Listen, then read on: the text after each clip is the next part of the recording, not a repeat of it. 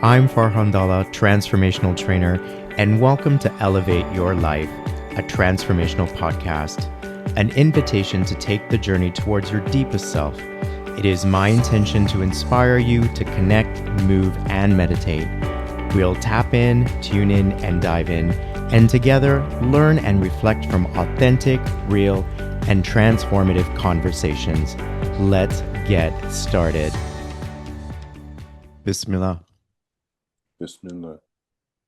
Hi, everyone. Today, I have a returning special guest. His name is Imam Daaiyee Abdullah. He's the first openly gay Imam in the United States. Imam Abdullah is an incredibly worldly person. He's dynamic. He's a scholar of Islam interpretation and Quranic interpretation. He describes himself, from what we last spoke, as semi-retired, though I beg to differ. The last time we spoke, he was in the Far East, and this time he is somewhere in South America.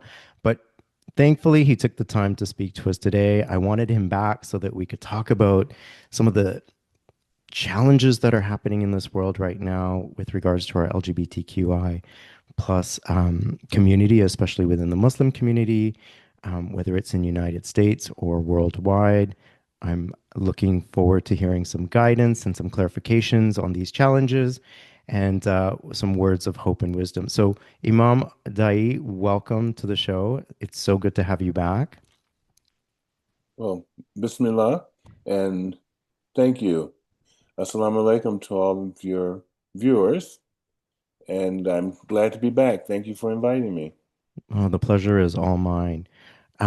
So as I said in my introduction, you're currently in South America. What brings you to South America this time? I mean, you've had incredible travels all over the world. You've studied in China, the Middle East.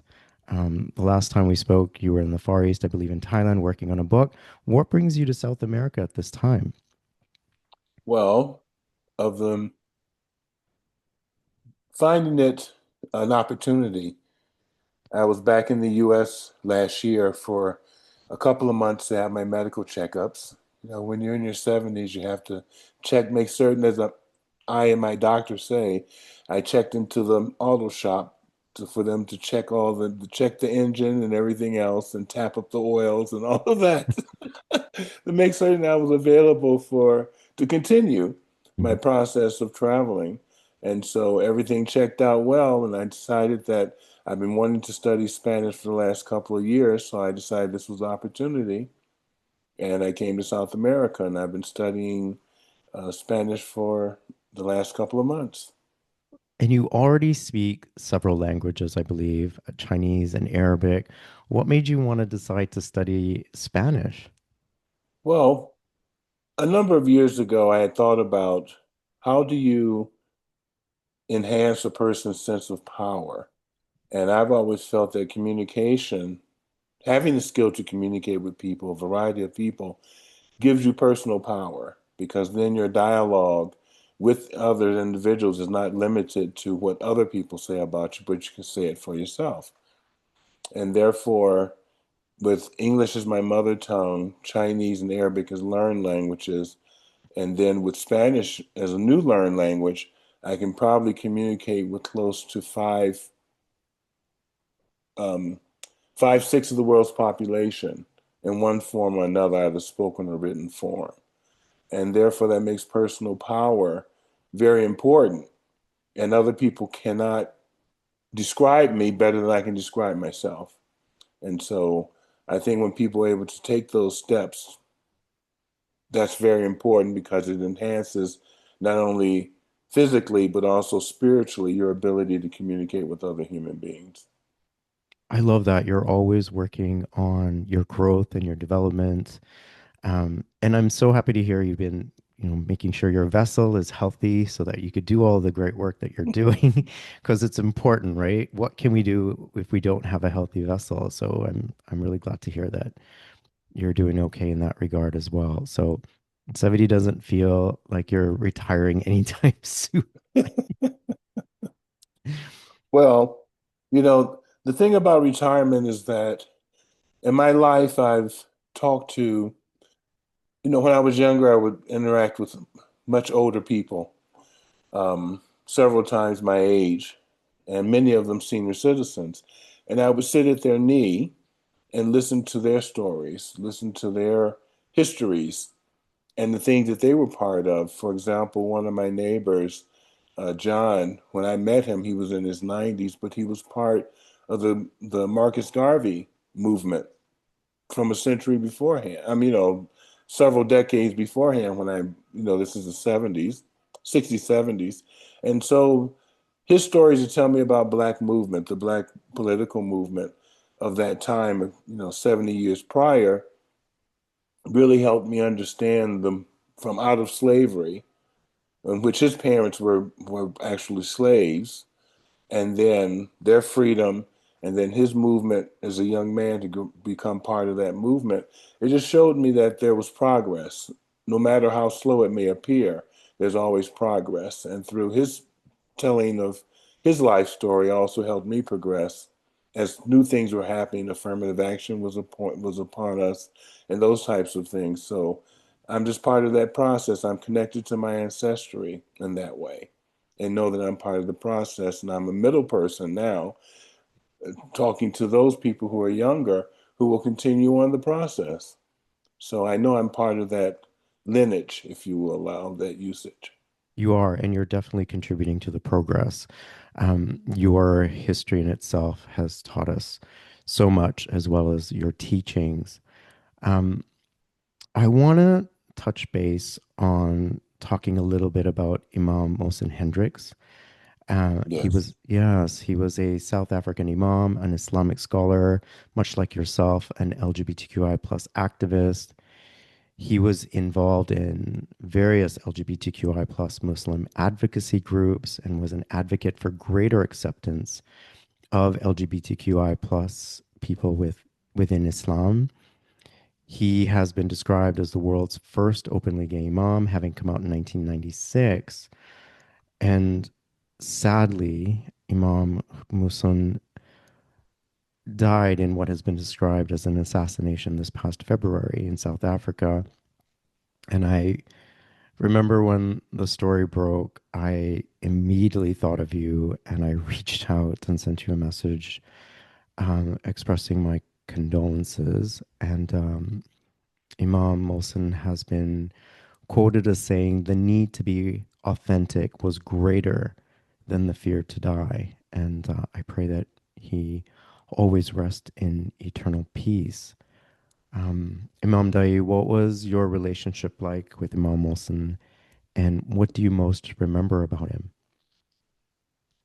Well, the best way to describe our relationship is that we had a several decade long friendship, and we're very supportive of each other as not only individuals, but in our roles as imams, and that we were able to share many times within the retreats in which he hosted there in Cape Town, our ideas, our ideals, and how one size doesn't fit all concept, which is something that many people as Muslims don't quite understand because of the analogies that are often used in Islam, that one size fits all, there's only one Islam. But as Shahid Ahmed indicated in his book, What is Islam? There are many Islams with an S on it, and therefore our interpretations are important to be heard, the diversity of those interpretations, but yet also coming to a realization that Allahu Akbar really means Allahu Akbar. And therefore, through that process of getting to know Muslim over the years, I came to understand his history, his development as a person who tried to force himself into a role model, um, that he came to understand this was not the way to make it happen, and decided on his authenticity. And through that process, we got to know each other very well. Because in my growing up, I never had to pretend I was something other than who I was. And that was a man who loved other men and had the family support. and was able to live my life literally from the time of coming out with the support of my family, which he had a different framework, which he came out of. And so when you look at those two dynamics, right and left, so to speak, then you see there's a spectrum between, and therefore acceptance of people's histories are very important. But as he indicated, living one's authenticity to the best of one's ability does help one with a greater sense, come to and live with a greater sense of clarity in their process and know that Allah loves us all equally. Mm. And has his passing impacted your work in any way as an imam? What will you continue to emphasize in your teachings about Islam and the LGBTQI plus community? Well, after the particular event, I don't want to call it fatal in terms of the sense of that it caused greater disruption within his purpose. Death is inevitable. It's how it comes about, generally speaking. And his community continues to thrive.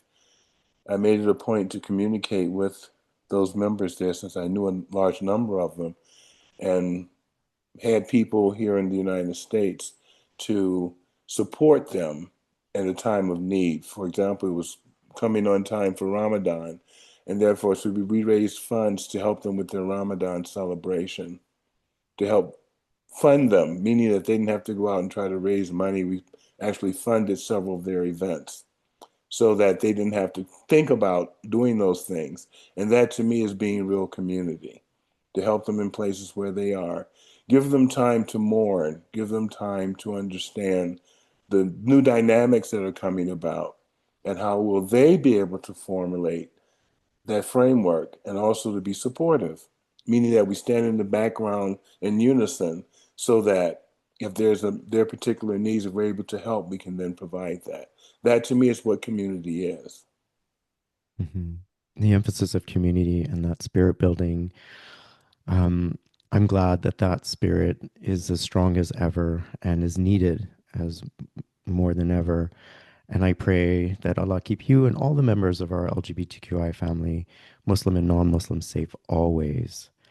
Inshallah. Yeah, Imam Daaiyee, we just ended Pride Month, and I was wondering if you could share some of your memories about the Stonewall riots and how that impacted you.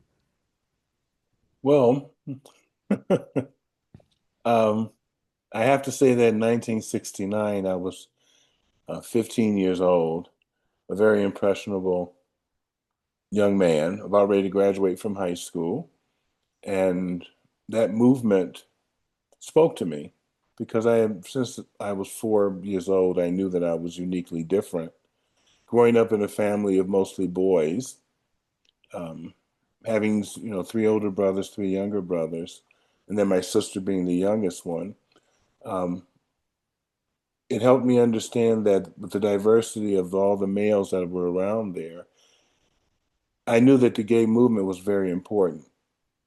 As much as the civil rights movement was important for me as a Black person, the gay rights movement was important to me as a queer or growing up. As I use the term homosexual, so I interchange homosexual, queer, gay, all of those things. Um, but basically, to be of unique, diverse spiritual framework of same loving people. Um, so during that time, when I got the support of my parents, I knew then that it was important that I as an individual, but to join in with the larger movement, but also to be able to look at how I was different than a number of people who identified as being gay. I never thought of myself as being effeminate, never wanted to be a woman, never felt it was important in order to identify that I had to be feminine. And therefore, accepting that people where they are, I also demanded that they respect me as well, meaning that sometimes you run into individuals who wanted to play the girlfriend game, I call it. Want to call you girl and think that, well, I'm not a girl. So be respectful of other people and their choices. I'm respecting you. I'm not disrespectful of who you are and how you identify. Then don't be disrespectful to me. It's how I identify. And therefore, it was important to take that stand. And those histories grew because I left Detroit. I went to San Francisco. I lived there for 5 years. And it was there where I really got to express myself as a male-loving male and had my first relationship as an adult there. And from there, it's just been a process of being who I am and accepting others. And then eventually coming into my leadership role as an imam, becoming Muslim and then becoming leadership role as an imam, that it's important that I see people for who they are as individuals and to let them know that no one is better than the other person, even though some people try to identify that way. And that in the eyes of Allah, we all have our unique characteristics, either from our shackle, our shape and forms, and or our fitra, and how we are interacting both as our psychological and temperaments combined together. Therefore, our uniqueness, just like our fingerprints, all these different combinations make us each unique. Therefore, Allah is the biggest possibility where you can have 8 billion people and none of us are all the same. And that to me is Allahu Akbar. And for those that don't know, would you mind translating what Allahu Akbar means? Well, Allah is the greatest. And when we use the term the greatest, it means that no human being can decide what Allah's overall framework is and how uniquely we are in it and how we interact with each other in it. We don't know the final outcome, and therefore we should stand back and remain in awe, AWE, versus in fear of I'm afraid. And if we're able to stay in awe, we will understand the beauty of what the creation is, the diversity of it, and we can see the signs in the ayat. And therefore, it's better to look at the signs than it is to look through fear. Hmm. I agree. Imam Daaiyee, we are at a time when our LGBTQI plus community are under attack, especially our trans brothers and sisters, and we're in this new era of activism. And my question to you is, what do you think it'll take to protect us and our community? What does activism look like today? Well, overall, from my humble opinion, activism takes on many shapes and forms. As I said earlier, there's no one size fits all in the framework. But I think that activists and their understanding and their verve and their desire to be on the front lines and to bring something new to the horizon, they have to recognize that there's nothing new under the sun. Its promotion may be uniquely different because we have the internet now and they can't cut things off and newspapers can't cut off our voices. But we have to also recognize that because we're new in some forms, doesn't mean that the foreparents, and I use that in a broad sense, those who came before us, that they also expressed some of these things as well. Therefore, it's important that we come to understand that we're nothing new under the sun, but how do we bring more clarity? And that's the main frame, clarity, not wanting to stand up and grandize ourselves as something new, something glittery, something else, but that we're just part of the process, part of the framework. And I think that's very important. The other side of it is that knowledge is so important. We cannot run out here and say to people, well, I think so and so and so without having a broader perspective of what knowledge means, knowledge of a subject means. Doesn't mean you have to know everything, but you can understand the framing of something is so, so important. Because too often I've seen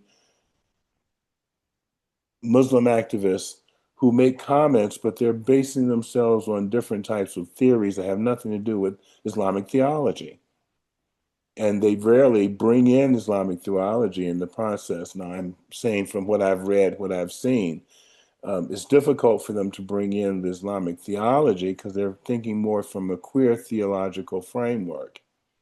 And there's nothing wrong with that. But if you're going to discuss Islam as a theology, then you need to have a better framework from which to look at it, to understand that the Quran does not speak against same-sex relationships, but it does have standards on all human relationships.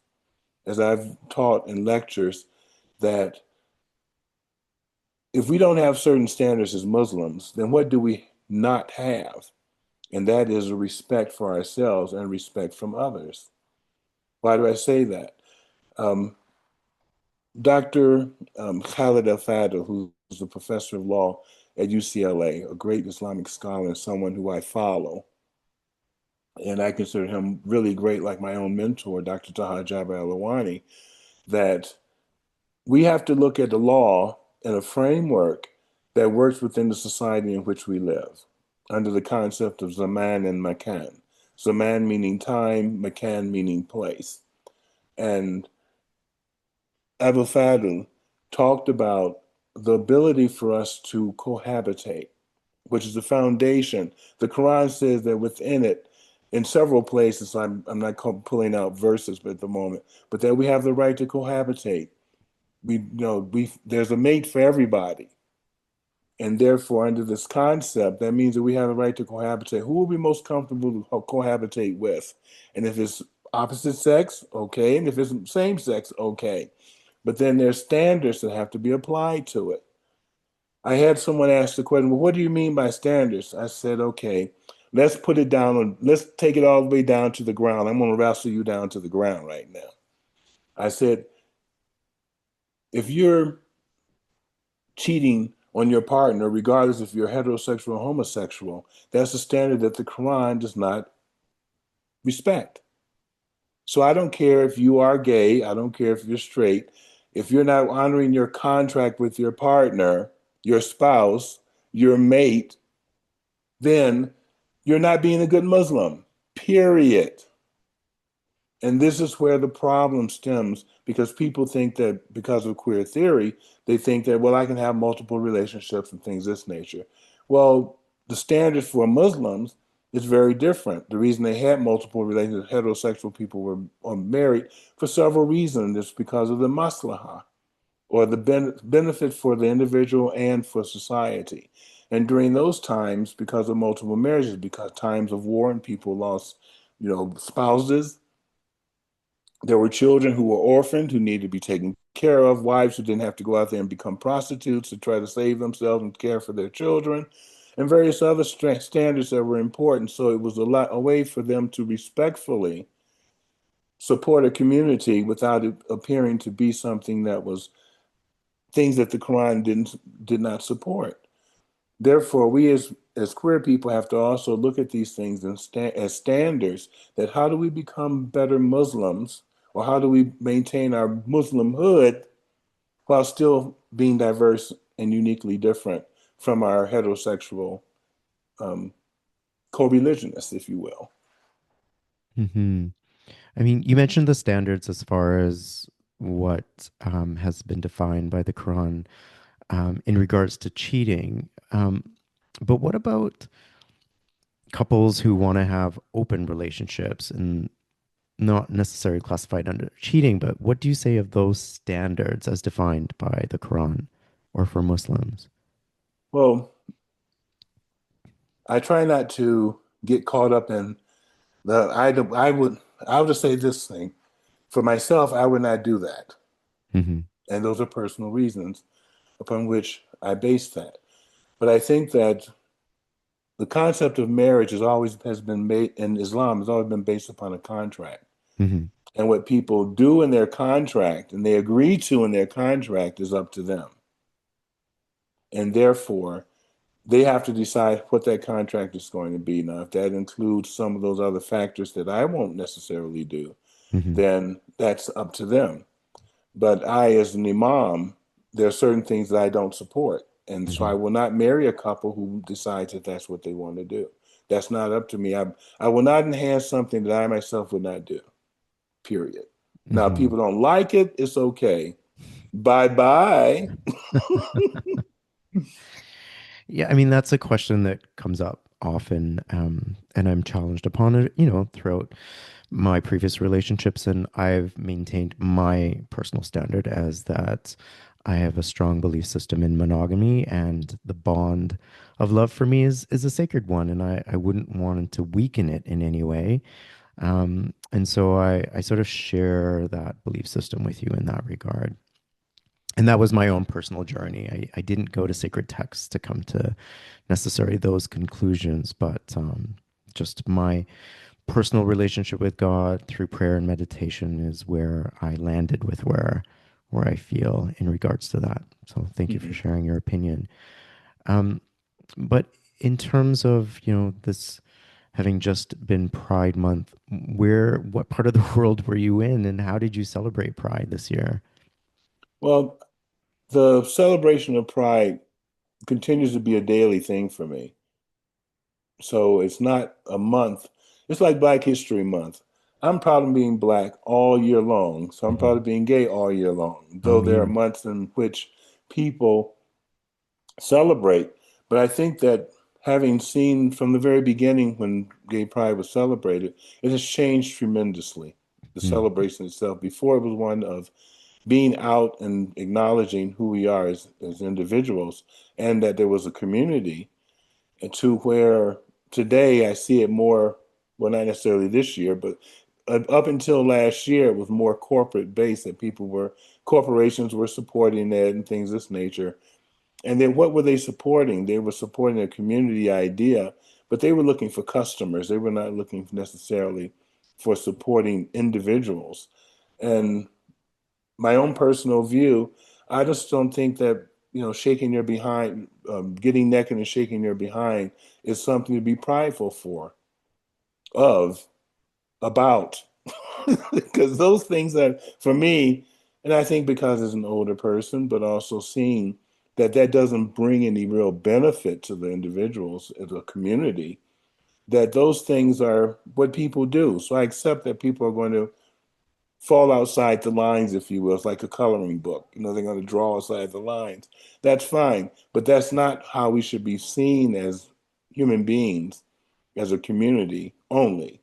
And this is where um, we have to be very careful of our image of who we are as a community, not as an individual, because individuals are going to go way outside the lines, no matter what. Be they straight, gay, you know, colors of the rainbow, and mental capacities as well. So it will be outside the lines. But when we look at our community as a whole and as a wholesome framework, then we have to consider the things that we will allow ourselves to be associated with in terms of that. And when I say that, it means the public expression versus just individuals who express themselves in public. mhm. So, what would you say pride means to you today? I mean, you've been there from the beginning through its evolution, but for you personally, what does pride mean to you? Well, as a man-loving man, I think that when I was 15, 16 years old, I thought about, wouldn't it be wonderful to eventually be able to meet a partner and get married? Well, in 2015 in the United States and much earlier in other countries, that same-sex marriage became a viable alternative. It wasn't holy unions, it was marriage, just like the other folks got married. It was the same thing. And I think we can take pride in doing that. Now, how people have adhered to it is another story because, heterosexuals haven't always been the arbiters of great marriage, standards. Because divorce has gone from something that you couldn't have to where now it's about 50% of the marriages I think it's wind higher. I up in think it's like divorce. 60% now. Is it 60% I now? think so, yeah. My goodness. Well, they've added another 10% since I last did the research.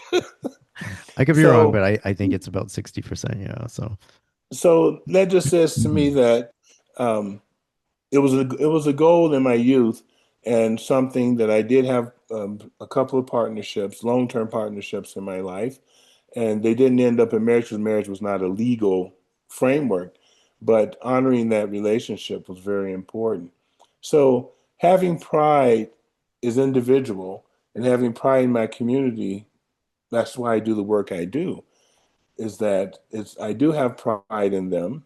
I do have a feeling that I have something to offer them, not only as a senior in my life stage right now, but also someone who has trained as a Muslim in theology, have worked as a lawyer helping Muslims in refugee status and things of this nature, and presenting myself to others, both the heterosexual and the queer community, as an individual who believes in my faith. So in those ways, I take pride all the way. And as I've had some people say, particularly from the heterosexual side, why don't you debate so and so and so? And I go like, I don't need to debate anyone. I'm confirmed in what I know and understand because I've taken the time to do so and have lived it. So I don't need to debate who I am because I've stood before Allah for a long time. And I've always getting, whenever I pray, whenever I'm in a sense of meditation, I always get a very strong affirmation. Hmm. So there's no need for me to debate someone else as to who I am. It just ain't worth it. Imam Daaiyee, you are the founder and president of the Mecca Institute. It is a online inclusive and progressive Islamic theological school. It is a nonprofit organization expanding progressive Islam through education and research. How will your institution and teachings address the current situation and needs of the Muslim LGBTQI plus community today? Well, the biggest thing that it can do is help educate people so that they don't walk into discussions without having some background knowledge, both history and theological framing in which they can utilize. Historically, there were gay emirs and caliphs, so they need to know this. They need to be able to pinpoint and say, well, during such and such time, there was so and so and so. And these are historical factors that you can go look up in historical books. Therefore, you do know what's going on. You're not out there with, well, I didn't know that. I didn't know. No, that does not work. So, as when I was a kid and the teachers would say, that's not the right answer. So we need to open up our framework to have some answers, not always the right answer, but understanding the framework that we're working with. And then, as I was saying earlier about the zaman and makan, the time and the place, those things from the past only support what has been consistently flowing through time. Therefore, we're in the modern time, but in ancient times, there were certain things that were consistent as being human and being Muslim. Therefore, some of those same things abide with today. But then we have Makan, the place. Some of those things took place in a Muslim society, a Muslim state, a Muslim legal system. And today, we live in a different non-secular, I should say a secular framework that is non-Muslim. And therefore, how do we become Muslims? How do we stay Muslim in such frameworks? I'll give you an example because this may be something hard for people to pull together. Um, Dr. El Fadl had a lecture, and he talked about marriage. I think the subject was gay marriage, and he had a very wonderful way of putting it together, which I agree with, and something that I had thought about as well. In traditional frameworks, as a Muslim, Muslim families married other Muslim families because of the tribal nature of Islam, from its culture, and families were integrating with other families. So the concept of having a gay relationship or a gay marriage was outside of that because the goal was to have procreation per se. Whereas in a non-Muslim state, in a secular state, marriage is between individuals. Therefore, this is one of the things I use for standards, why I do same-sex marriages, is because two individuals make a decision that they want to establish a family. And the concept of family in the West is much broader than the concept of family from traditional Islamic points of view. So same-sex marriage in a Muslim culture, and I put the frame, the air quotes around culture, may not work. Are you in the rural area? Or are you in the urban area? It may work better in the urban area than in the rural one, if you're looking at the concept in Muslim culture. But in a non-Muslim culture, same-sex marriage between two individuals work, or two individual families blending to become a new family type, extended with step parents and stepchildren and all of that. That works much more easily in a secular society. Therefore, the makan, the place, allows the permissibility of the marriage. And therefore, we're able to do so. And that's why it's sometimes important, as I said earlier, people have knowledge about what they're talking about. And since it falls within the framework of usul fiqh, the sciences of thinking, the science of understanding the Quranic imperative in law, then therefore it's important that people understand that. And when they have that, then they can say, well, blah, blah, blah, and blah, blah, blah, and come to a conclusion, a foundation on which they can stand upon that is both in theology and in the law for Muslims. So we don't have to necessarily have to use queer theory to support it, though queer theory can be important in helping us open up our brains to understand how do we look at who we are and how do we place it within a Muslim context, and then find our footing there.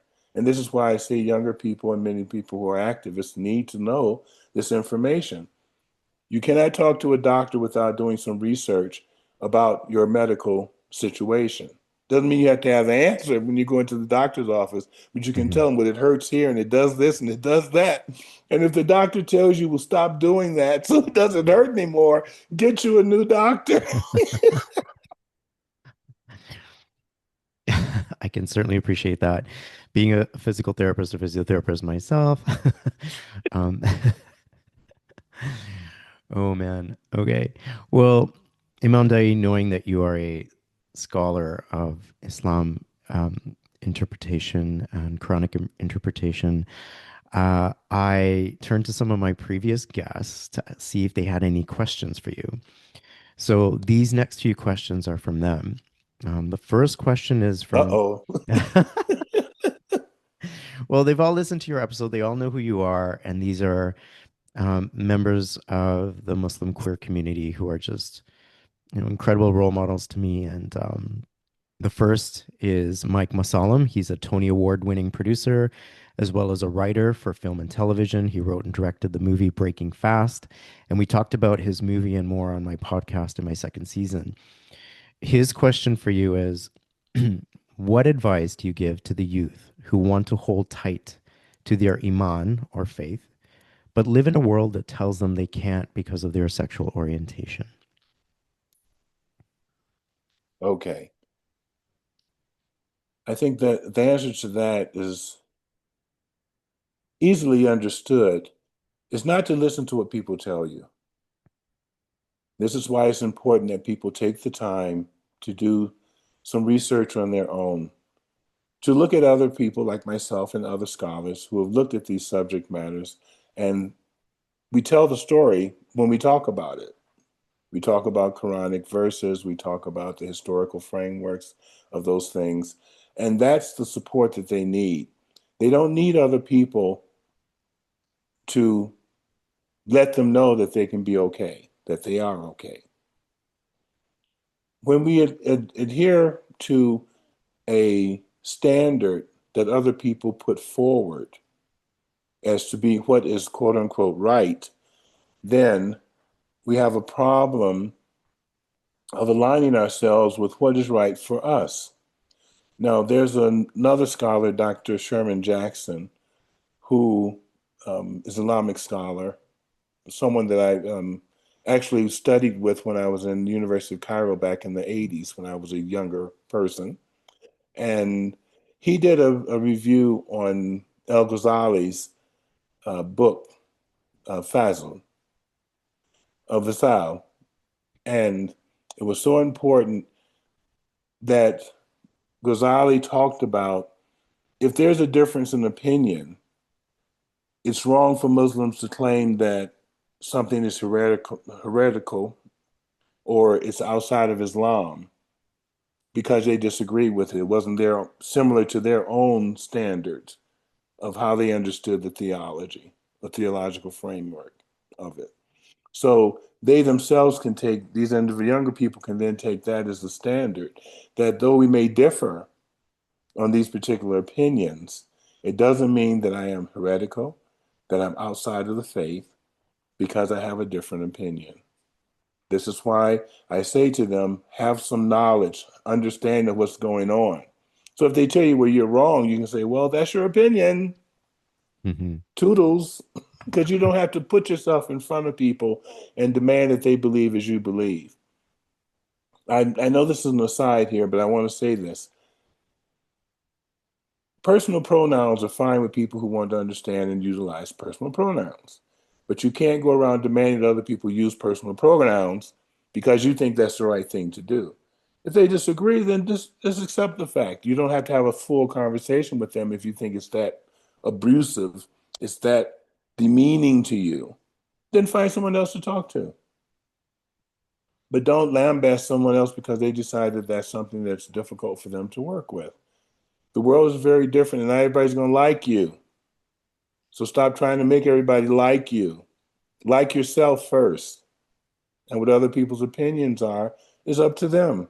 Doesn't mean it has to influence you, but also be open enough to understand that someone's opinion may be helpful to you in the long run. So you can listen, doesn't mean you have to accept. And that's the main thing that people do. Is we as human beings, we have to learn to listen to people, understand, and ask questions too, because sometimes when people say things, words can have several meanings.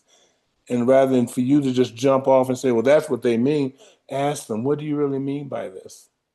It's Mm. like the word bad, you know? Is it really bad, evil type? Or is it something that's outstanding and groovy? And using the old term, it's Right. something to be proud of. So that's what I'm saying is that we need to be better educated in our backgrounds, better understanding what's going on. And we can take what people say with a grain of salt, or it may have some value to us to help us in becoming better people, better Muslims too. I guess it can get challenging when we're talking about family members. And this brings me to a second question. And that Okay. is, what advice would you give to a family who's thinking of disowning, mistreating, or estranging themselves from family members because of their sexual orientation? Oh, that's an easy one. Um, Let me make sure I get the man's name right. Um, Sometimes these names flow through back and forth. Um, oh wow, I can't think of his name, but Khalid of it'll come to me in a moment. Oh wow. Anyway, he wrote the poem on children, and I can't think of his name right now. Um, Is that Rumi? no, it's not Rumi. This is a fellow from who's Lebanese. I got all his background Lebanese who came to the United States in the turn around the turn of the century in the early 1900s. Hafiz? No, it's um, That's the extent of my poetry history knowledge. So okay. I I'll can't think. rely on you to It'll find come it. to me. No Okay, problem. I'll tell you. Um, but anyway, he has a poem called On Children, and he speaks that parents are the ones who have children. The analogy of the bow and the arrow, and that children are parents are the bow and children are the arrows, and we set them on we set sights for them, but it doesn't mean that they have to be exactly what parents want them to be because they're sending them out into the future. And um, I think that the song by Sweet Honey in the Rock, an a cappella, black female a cappella group, has a song called On Children. And there's a line in it that says that they may be born to you, but they don't belong to you. And their hearts and minds are their own. And they are seeking a future that even we cannot even understand. Mm. And we can't even be there. So you have to take the recognition that how you raise your child, you have to depend on who, that those lessons, they've adopted them, they're utilizing them in their future goals. And that means that you did a good job. My parents taught me all the things I need to know. Some of them I agree with 100%, a few of them not so much 100. Mhm. But it kept me in a framework to where never went to jail. I never got involved in drugs, things of this nature. I've never been an abuser, all these different things. So those are standards. And I think that's why my parents were supportive of me because I upheld those standards in which they had taught me. And so it's important that people look at those things. Jabril, um, Jabran, I'm thinking of the poet's name. Khalil Gibran? Yes, that's who it is. Okay. All right. Sorry, but No, no, I apologize too. I senior kind of moment, y'all. I Senior had a bit of a moment. blank moment as well. When you said Lebanese, I was like, oh my God, who is that? Anyway, I'll definitely look up the poem and add the link or reference in the notes section because I do want to read it and make it available to people. But Also, the song by Sweet Honey in the Rock too. It's on YouTube. I think okay, when they hear that, they'll see the connection between the two. sounds good. My next question is from my former guest, Mariam Magsi, who is an award-winning multidisciplinary artist. We spoke in the first season in regards to art and grief relief. And she wants to know, do you believe queerness is divinely ordained or part of a divine spectrum of being? How does that show up in Islamic theology, if at all? Well, that's an interesting question.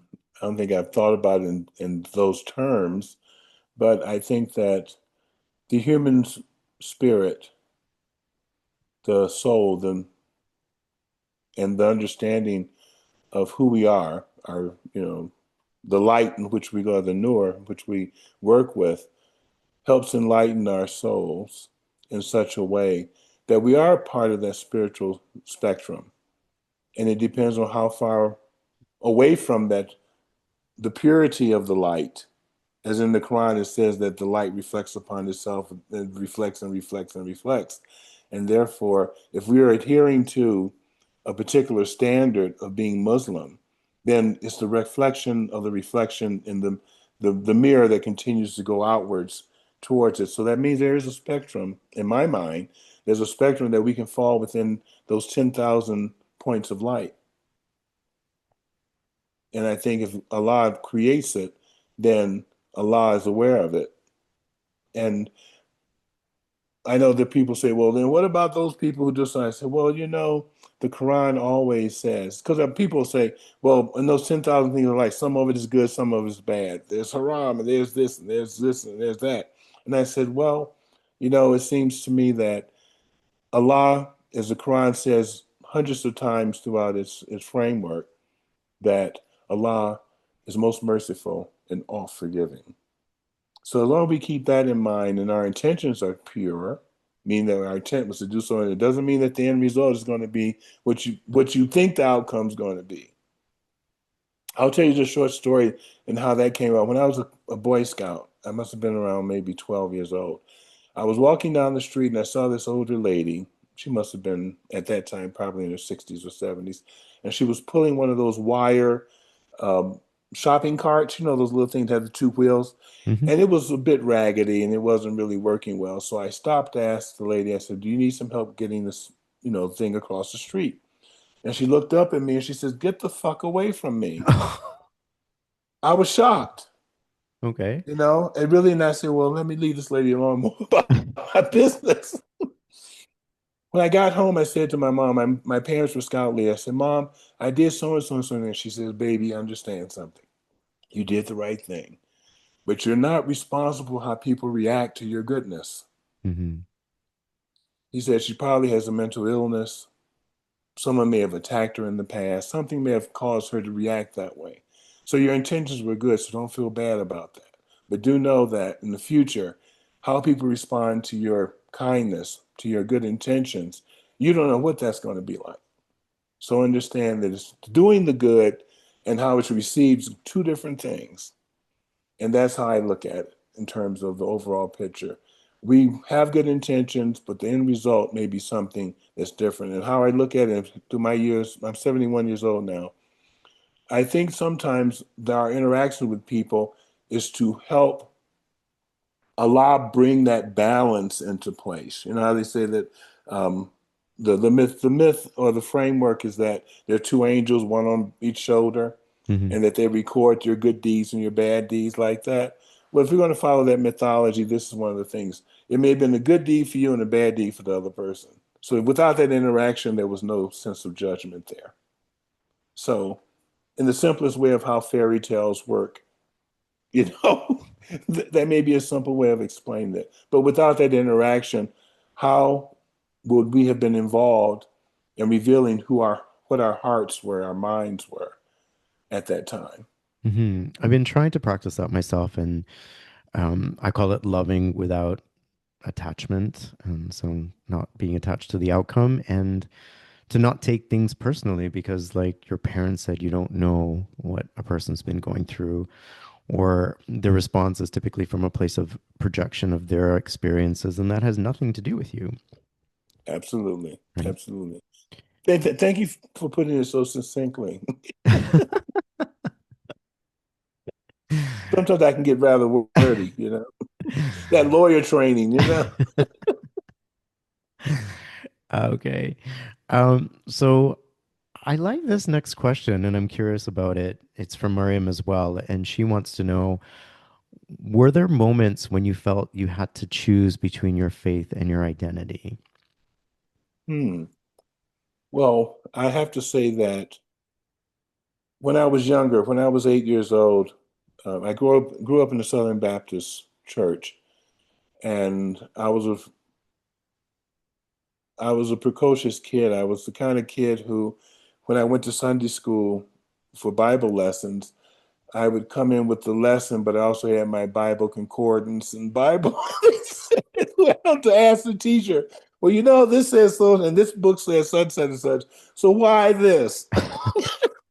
You're 8 years old and you're challenging your teacher. I Oh, love it. even younger.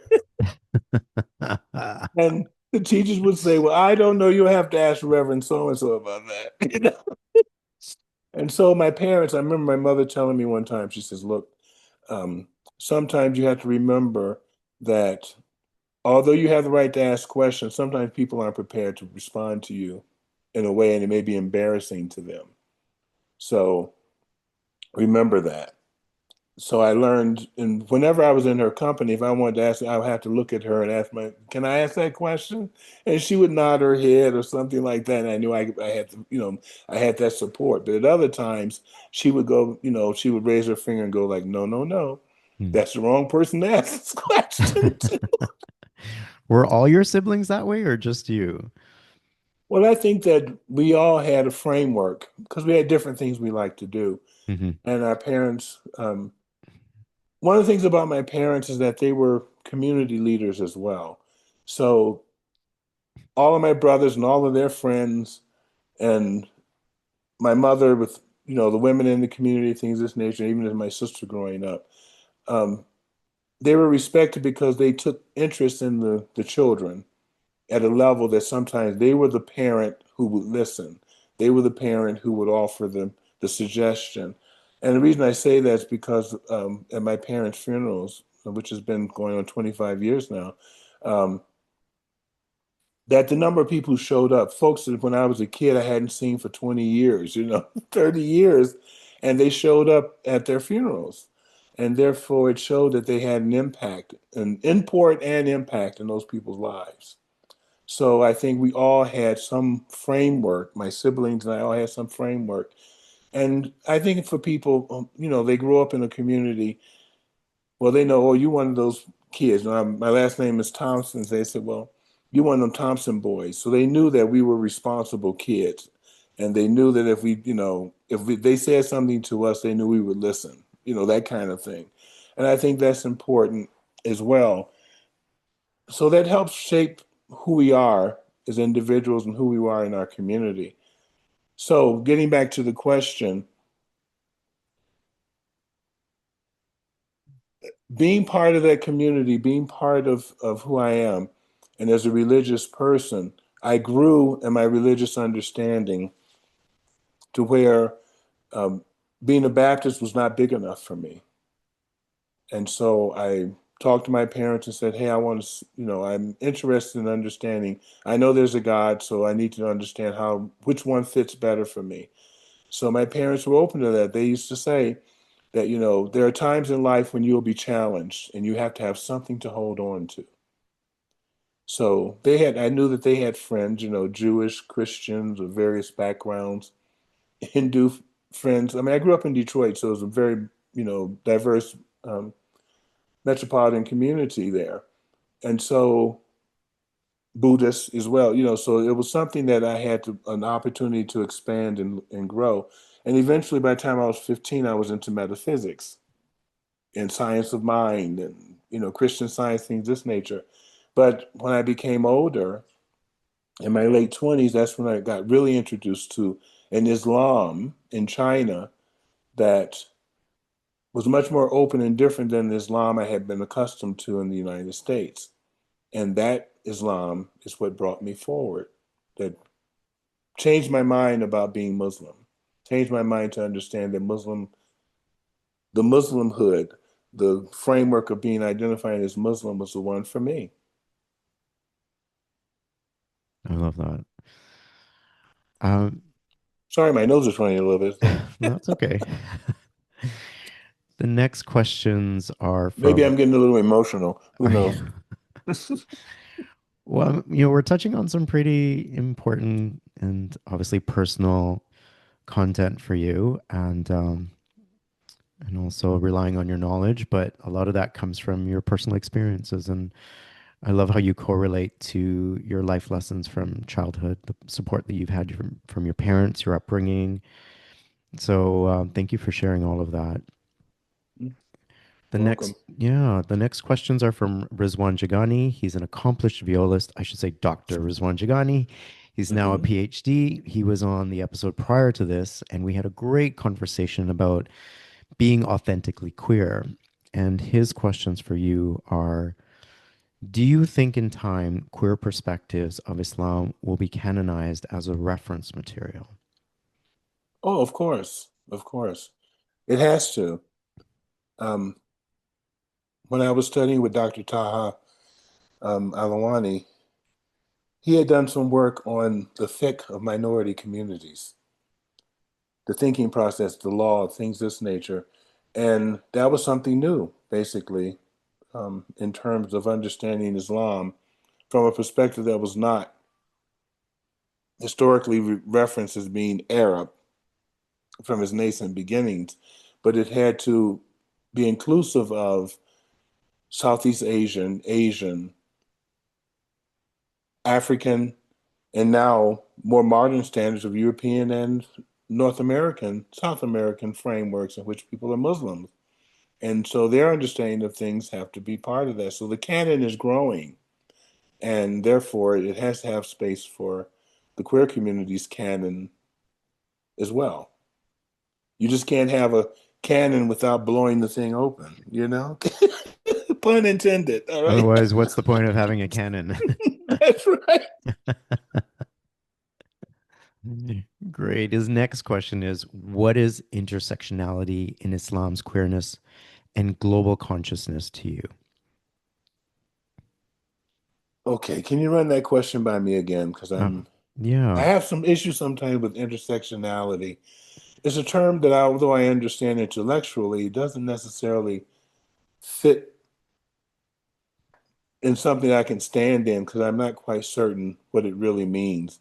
To me, that it's part of that queer theory thing, and so I'm not always open or understanding fully what that means. So do you mind helping me better Hmm. understand what the question means? So I asked Rizwan about this, but I think he was trying to be general. But I'll repeat the question. It says, "What is intersectionality in Islam's queerness and global consciousness to you?" I guess how do we fit into the broad spectrum of the global consciousness in our individual selves as well as in our oneness? Because we are all one. I think that's what he's trying to say as far as global consciousness. Mhm. Well, um, if we're going to take it from the framework of that, there are a diversity of spiritual types who identify along the spectrum of same-sex oriented framing, then I think that we'll have to be understanding of other people and their diversity as well, because if they're, for example, falling under the concept of Wiccan and various other non-traditional, God-centered religious frameworks, then we have to be more open to understanding that there's a bigger picture in how people identify as to what is God rather than who is God. I think then we can be more accepting that people come up with ways in which they understand the world and nature and how it exists and how they coexist in it. Hmm. So that intersectionality is that we have to respect people where they are, just like they want to be respected where they are. So that shouldn't be too difficult. It's just that I hope people don't want to look for a position where they're judgmental of others because they're different, because that's the same thing that's happening to them is along the Muslim spectrum, that they're saying, well, they're different. I don't like it. So I think it's just accepting those things. Doesn't mean that you have to agree with other people, but you can accept that they do have a framework. And how is that framework helping them treat you as another fellow human being?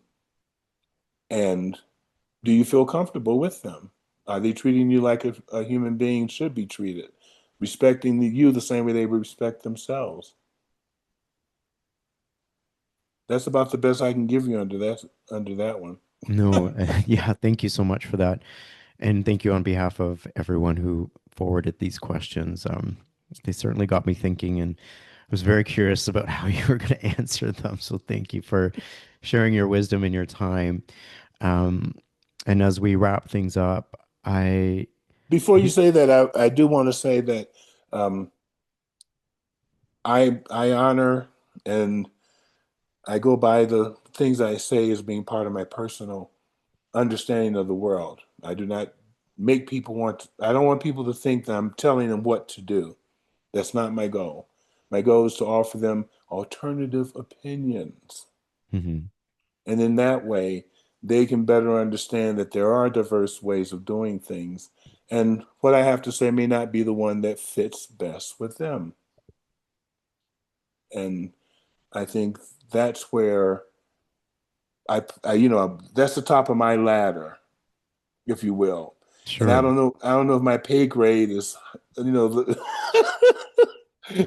really takes on that responsibility. Right.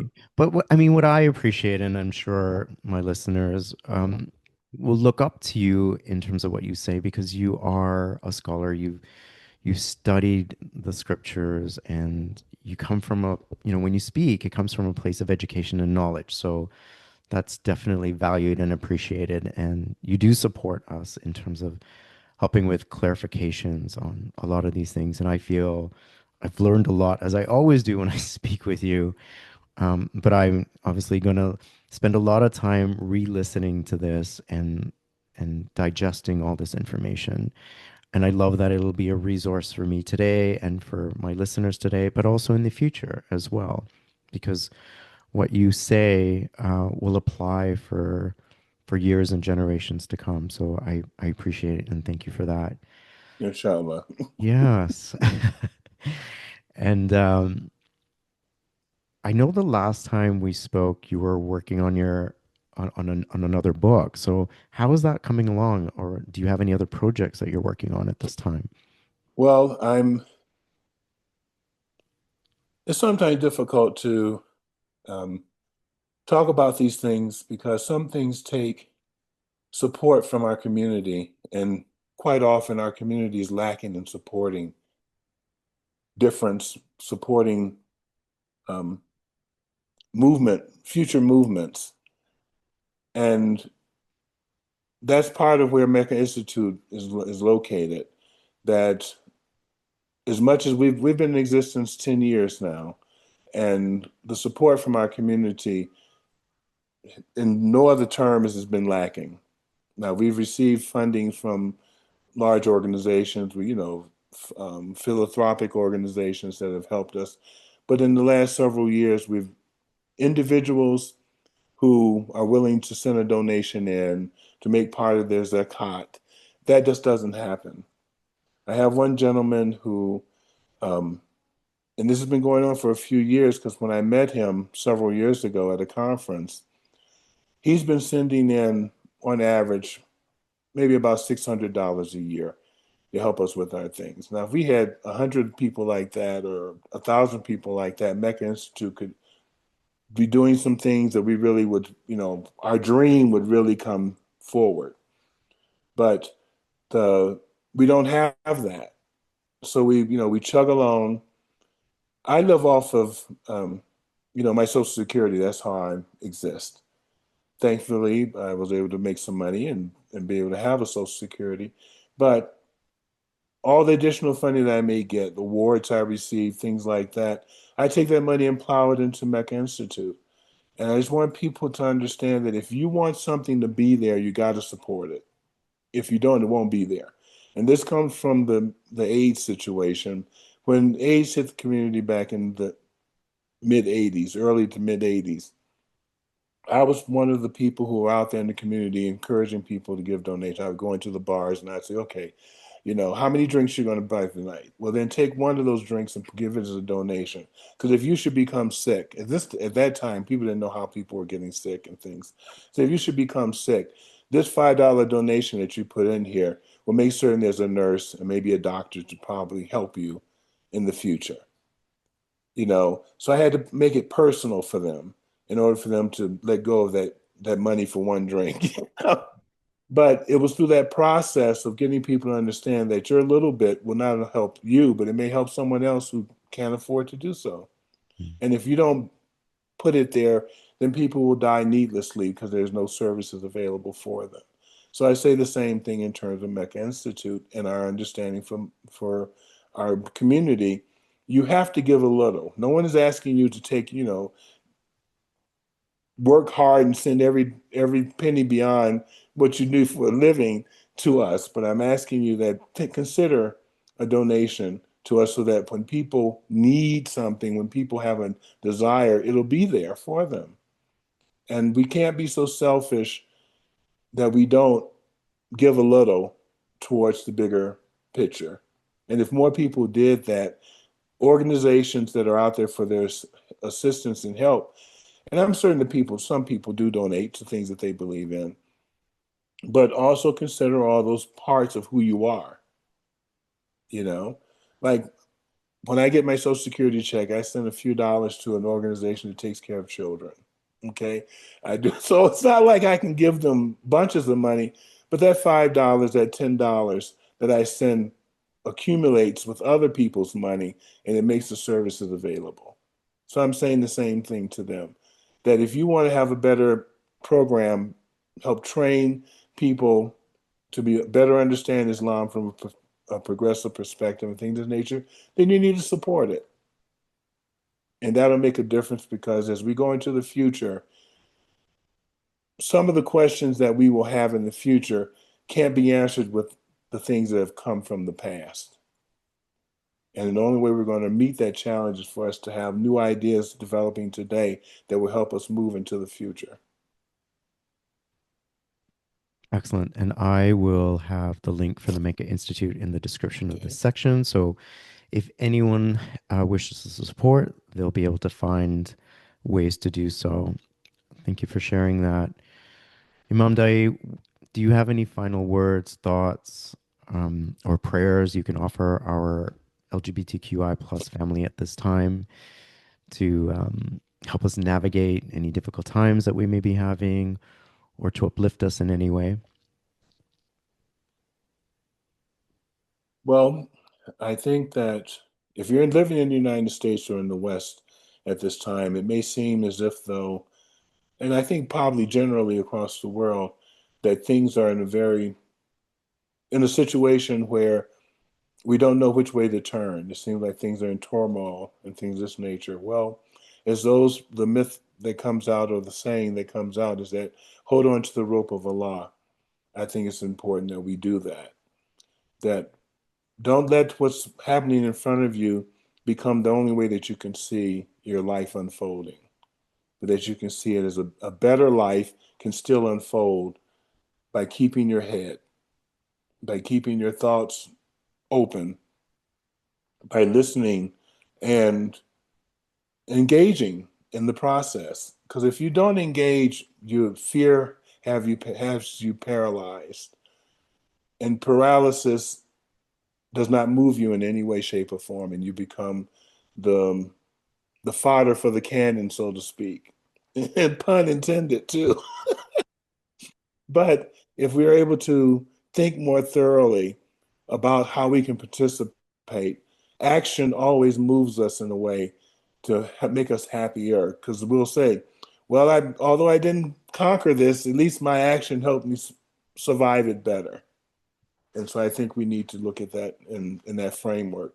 Because all the answers Allah knows, but how we get there is through our individual actions that help. So if you're not doing harm, it must bring about some kind of good. Thank you so much. Inshallah. Yes, inshallah. Monday, it has been such a pleasure. Thank you so much for the wealth of information and knowledge that you shared today.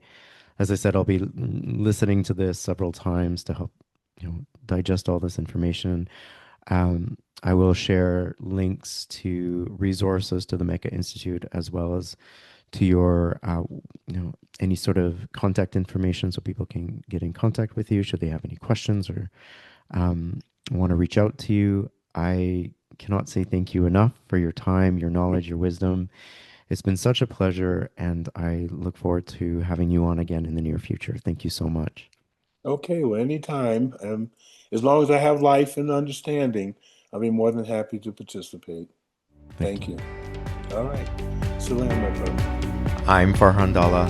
Thank you for taking the time to listen to today's episode of Elevate Your Life, a transformational podcast. I hope today's conversation has elevated you in some way and inspired you to connect, move, and meditate. I'd really appreciate your support by following and rating this podcast. Come back soon and join me for another transformative conversation.